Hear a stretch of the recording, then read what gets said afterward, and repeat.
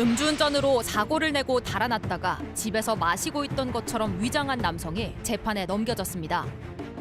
재판부는 친구에게 도피를 지시한 점은 유죄로 인정했지만 음주운전은 무죄로 판단했습니다.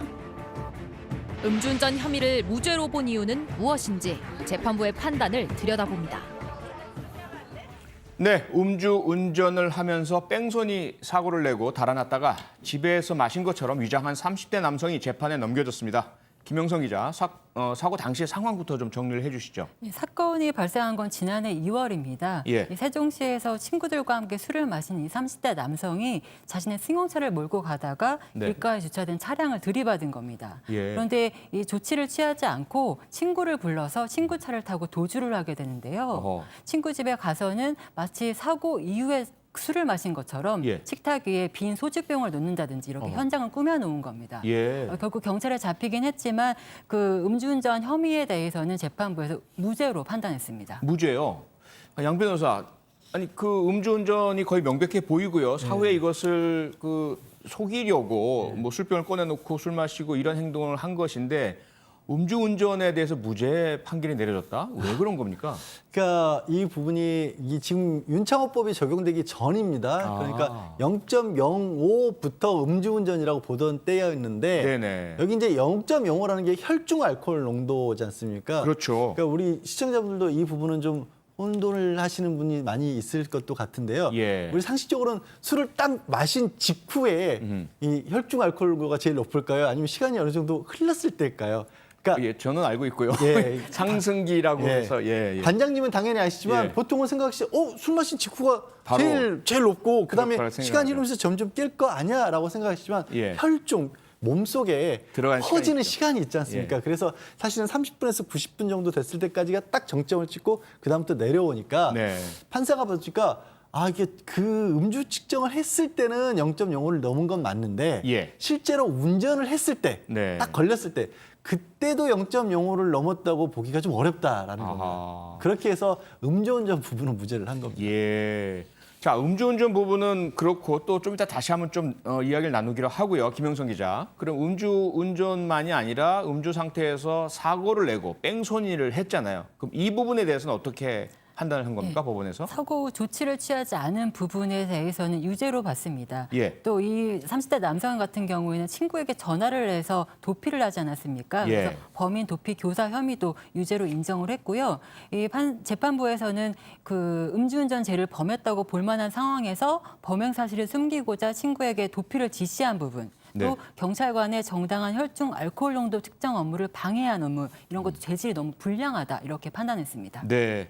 자, 그럼 정리를 하면 일단 음주 사고로 추정되는 음주운전 상태에서 이뤄진 사고로 추정되는 사고를 내고 도주했고 또 이 친구를 도와주겠다고 또 이 범인을 도피시키고 한 이 행동들 결국 음주운전을 제외한 모든 행위는 유죄 판결이 내려졌습니다.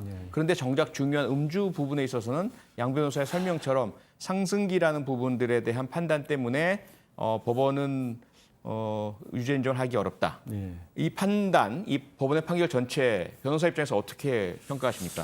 그러니까 엄격하게 따져야 될 필요는 분명히 있죠. 네. 그리고 이제 명백한 거는 음주운전보다 사고 위조치, 뺑소니라고 흔히 부르는 여기에 대한 처벌이 훨씬 무거웠기 때문에 오해하시면 안 되는 게 이 사람이 결코 처벌을 안 받았거나 가볍게 처벌받은 그건 건 분명히 아니고. 아닙니다. 아니죠. 예. 아니기 때문에 이 부분에 있어서 착각하시면 절대 안 되고요. 그럼 차라리 도망가는 게 낫겠구나 네. 이런 생각하시면 큰일 나고요. 예. 그리고 저런 식으로 상승기 계산하는 것 때문에 음주운전 해놓고도 취소가 안 됐던 부분들을 막기 위해서 사실은 이 윤창호법에서 기준을 낮춘 겁니다. 0.03으로. 0.03으로. 그래서 이제는 정말로 뭐 따지고 어쩌고 할 여지가 별로 없이 그야말로 예. 맥주 한 잔만 마시고 운전대를 잡으셔도 네. 잡힌다는 거. 이거 옛날 기준을 가지고 하다 보니까 이런 해프닝이 벌어진 겁니다. 예.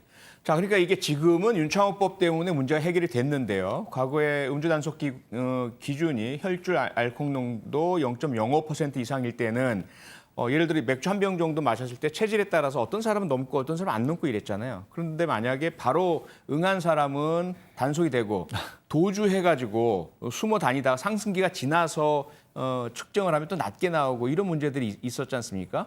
조금 김영선 기자 어때요? 이런 그 사건들이 좀 있었죠. 이런 사례가 윤창호법 이전에 예. 종종 있었는데요. 지난해 4월에도 이런 비슷한 판단이 재판부에서 있었습니다. 예. 그 음주를 하고 오토바이 운전을 했다가 사고를 냈는데요. 네.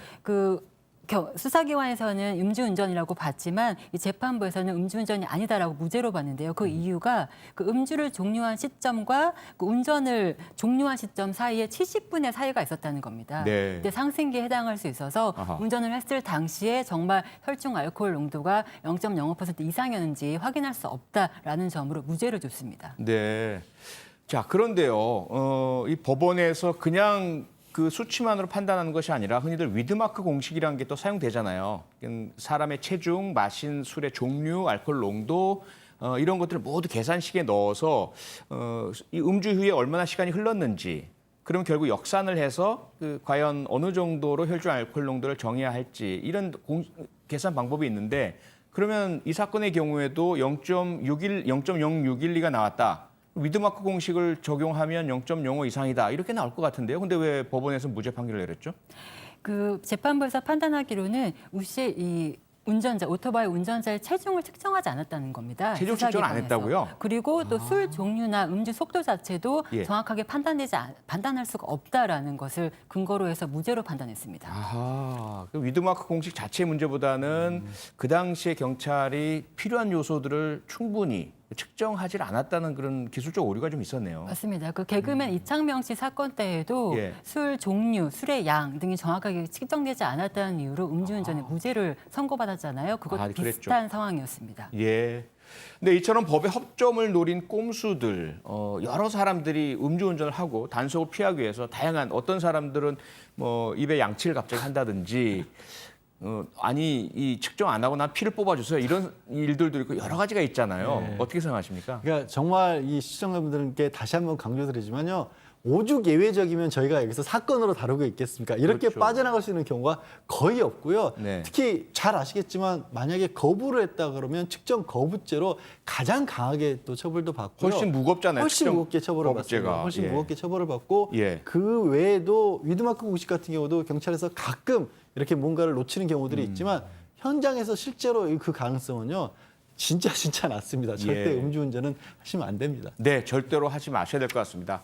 코로나19 확진세가 누그러지면서 음주운전이 다시 기승을 부리고 있다고 합니다. 술을 마신 날은 물론 그 다음 날에도 술이 덜 깬 채 운전대를 잡는 일은 결코 없어야 하겠습니다.